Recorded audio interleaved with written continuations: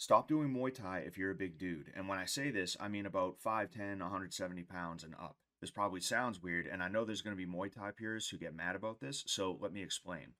Muay Thai has taken over the kickboxing world and been dominant for decades. It was considered one of the best bases for MMA, and it's great for sure, but it's not meant for many Farang or Westerners. Now, when I say Muay Thai, I want to be clear that I mean a specific style that some may call traditional, with the foot tapping, 70-30 weight distribution, and the choppy pace. It can be fun to learn Muay Thai because it's a foreign thing and it might come off as exotic and interesting, but the West has created its own systems that are better for people who are taller and wider like the average Westerner is. For instance, Dutch kickboxing was created by taking Kyokushin karate and combining it with boxing, then taking Muay Thai techniques and throwing them in. Now, you're probably wondering why I'm saying to practice Western systems while telling you that one of the best Western systems of kickboxing combines two Asian styles with one European style, and that's because out of the two, it mainly takes from Kyokushin karate. The Japanese on average are smaller than Westerners, but they're still bigger than the average Thai, and they put together simple, direct techniques that are better used by the Western physiology. People point to guys like Khalil Roundtree as an example of big guy Muay Thai, specifically in MMA, but he's the exception to the rule, and even then, he's good by MMA standards.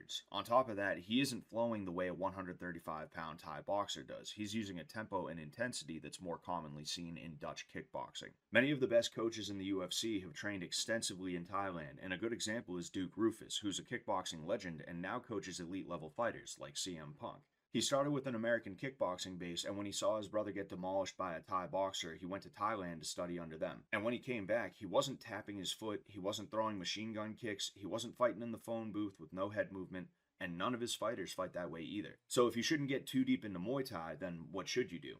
The style that benefits most Westerners that are taller and wider is going to be a more handsy style with hard low kicks. Punches tend to be less tiresome to throw than kicks, and the increased power at higher weights makes them more devastating. You can also throw them in bunches more often than you can with kicks, and when kicks are thrown, a low kick means it's faster and you use less energy than a kick to the body like the Thai tend to favor. And while I'm sitting here making a video about this topic as though most people don't know about it already, most American gyms actually do understand this, whether explicitly or not. Many places advertise Muay Thai, but they really just teach a form of Western kickboxing. What comes to mind when we think of traditional Muay Thai isn't present in many places in America, and it really tends to take the shape of what I described before with that Dutch style. Also, there's almost a completely new form of kickboxing that's emerged with the advent of MMA striking. This style utilizes a lot more slick boxing combination and tactics like hand fighting than you would see in many forms of kickboxing, and it's because people are afraid to take takedowns, so they rely less on kicks. The calf kick has become more favorable to a lot of people, which isn't a thing in Muay Thai, and kicks in general tend to be a little snappier. Basically, the kicking game has evolved to suit the boxing game.